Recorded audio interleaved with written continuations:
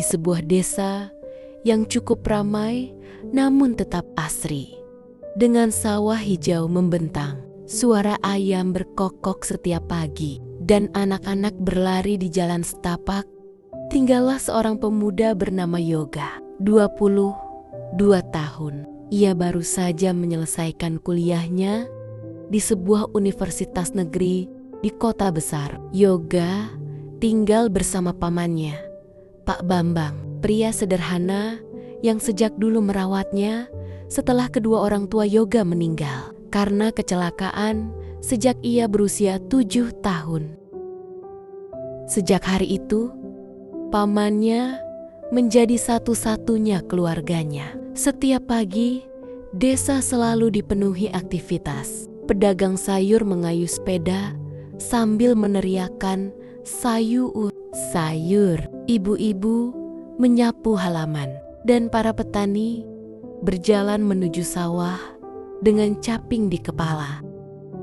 Rumah Yoga dan pamannya tidak besar, berdinding kayu dengan atap seng yang sering berisik jika hujan turun. Namun, suasananya hangat. Di halaman depan ada pohon mangga besar, tempat Yoga sering duduk sambil membaca buku. Kehidupan mereka sederhana. Pagi hari, Yoga yang biasanya bangun paling awal menyiapkan teh panas dan roti tawar untuk pamannya. "Paman, rotinya tak panggang ya sedikit biar renyah," kata Yoga sambil tersenyum. Pak Bambang yang bekerja sebagai pekerja serabutan selalu membalas dengan tawa kecil.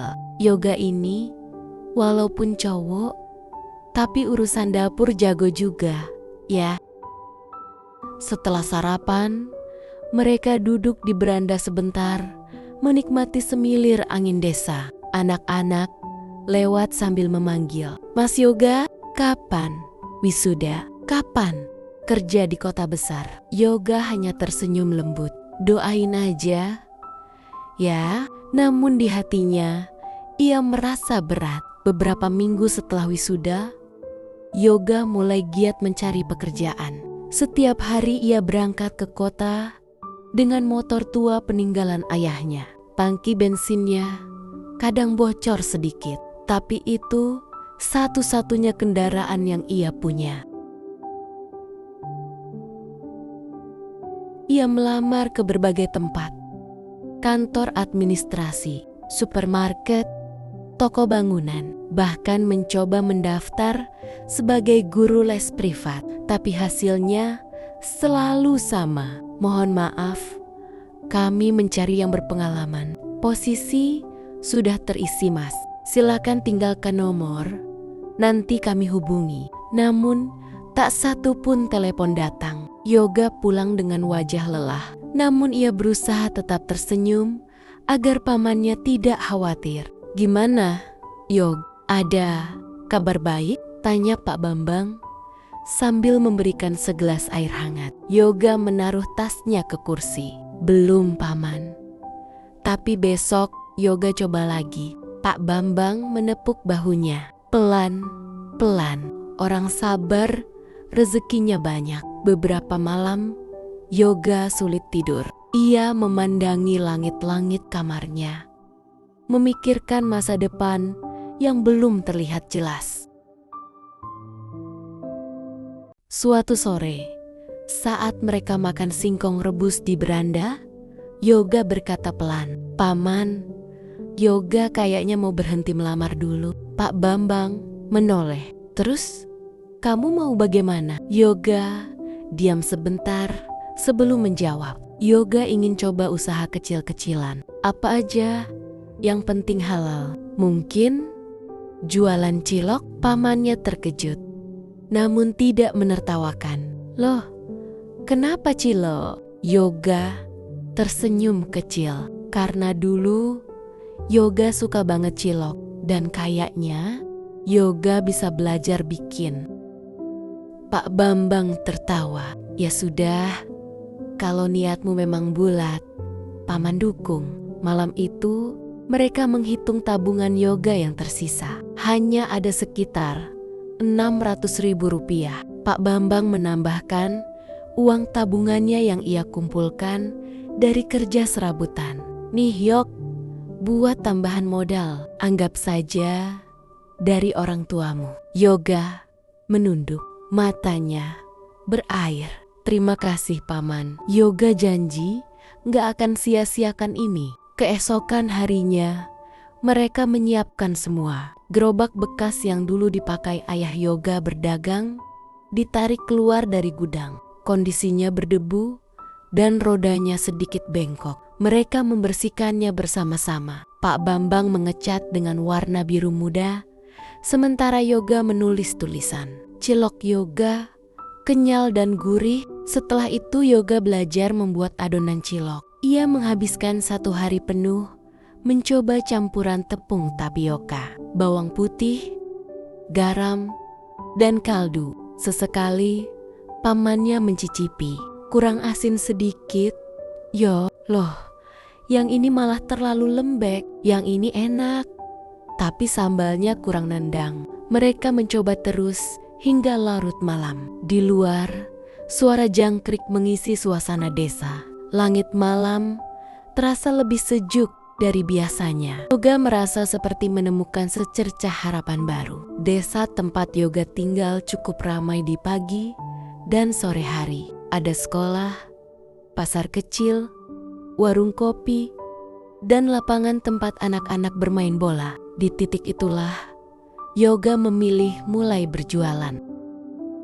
Dengan rasa gugup, ia mendorong gerobaknya keluar rumah. Pak Bambang berdiri di teras sambil melambaikan tangan. Hati-hati ya Jok, semoga laris.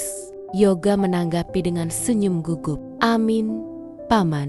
Di tepi lapangan, Yoga membuka dagangannya. Warga yang lewat memperhatikannya. Loh, Mas Yoga sekarang jualan cilok? Iyo Bu, baru mulai ini. Beberapa ibu-ibu tertarik mencoba dan anak-anak mulai mendekat setelah mencium aroma sambal kacangnya. Mantep Piki Mas, ciloke kenyal banget. Yoga tersenyum, namun dagangannya belum laku banyak. Tapi ia sudah bersyukur. Ketika hari mulai gelap, Yoga mendorong pulang gerobaknya. Ia hanya membawa pulang setengah panci cilok yang tersisa, tetapi hatinya hangat. Paman, dagangan Yoga laku walau belum banyak, tapi ada yang beli, katanya bersemangat. Pak Bambang tersenyum bangga. Itu langkah pertama Yok. Jangan pernah remehkan. Hari demi hari, Yoga semakin mahir berjualan. Ia mulai punya pelanggan tetap. Anak sekolah, bapak-bapak yang pulang kerja, dan ibu-ibu yang mengambil sayur di pasar. Setiap sore desa terasa lebih hidup. Aroma cilok Yoga menyatu dengan suara tawar-menawar di warung. Tawa anak kecil dan angin yang membawa bau tanah dari sawah. Yoga tak lagi berangkat ke kota untuk mencari pekerjaan. Ia menemukan sesuatu yang lebih dari sekadar pemasukan. Ia menemukan tujuan. Dan setiap malam saat mereka makan bersama, Yoga selalu berkata, Paman, Paman. Kalau bukan Paman yang dukung Yoga dari dulu, mungkin Yoga nggak sampai di sini. Pak Bambang mengusap kepalanya pelan. Paman cuma bantu sedikit. Kamu yang berjuang sendiri. Yoga menatap pamannya dengan hangat. Di desa yang asri itu, di rumah sederhana itu, mereka berdua hidup dalam kesederhanaan, namun dipenuhi rasa syukur dan kebahagiaan yang perlahan tumbuh.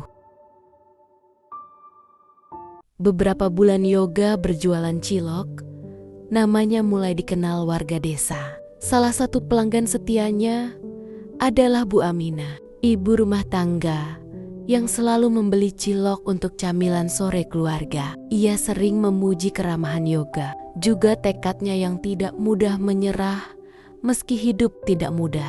Suatu sore, setelah membeli 2 bungkus cilok seperti biasa, Bu Aminah mendekati gerobak Yoga sambil tersenyum penuh arti. Yoga, kamu itu anaknya rajin, telaten. Ibu pengen kenalin kamu sama anak ibu. Namanya Diana. Dia juga lulusan kuliah sama kayak kamu. Yoga tersenyum kikuk. Pipinya sedikit memerah. Wah, matur nuwun. Bu, tapi apa nggak apa-apa? Lah kenapa nggak? Kamu datang saja ke rumah ibu besok sore. Biar kenal dulu. Yoga hanya mengangguk pelan. Di dalam hati ia bertanya-tanya. Seperti apa anaknya Bu Aminah itu? Keesokan harinya, Yoga datang ke rumah Bu Aminah. Rumahnya besar dan asri, dipenuhi tanaman bunga yang membuat suasana terlihat hangat dan rapi. Yoga menggenggam tangannya sendiri, menahan gugup ketika Bu Aminah membawanya masuk. Beberapa detik kemudian, dari balik pintu kamar, seorang gadis keluar sambil tersenyum, dan Yoga tertegun. Itu Diana, teman kuliahnya dulu. Gadis yang dulu duduk satu baris dengannya saat kelas mata kuliah statistik. Gadis yang dulu sering ia lihat, tapi tak pernah ia berani sapa lebih dari sekadar permisi. Diana juga terkejut, matanya membesar. Yoga, kamu Yoga kan? Tanyanya sambil tersenyum lebar. Yoga mengangguk sambil tertawa kecil, masih tidak percaya dengan kebetulan yang begitu manis. Mereka kemudian duduk di ruang tamu. Awalnya canggung, lalu berubah menjadi hangat. Mereka bercerita panjang tentang kuliah, tentang kehidupan setelah lulus, tentang perjuangan masing-masing.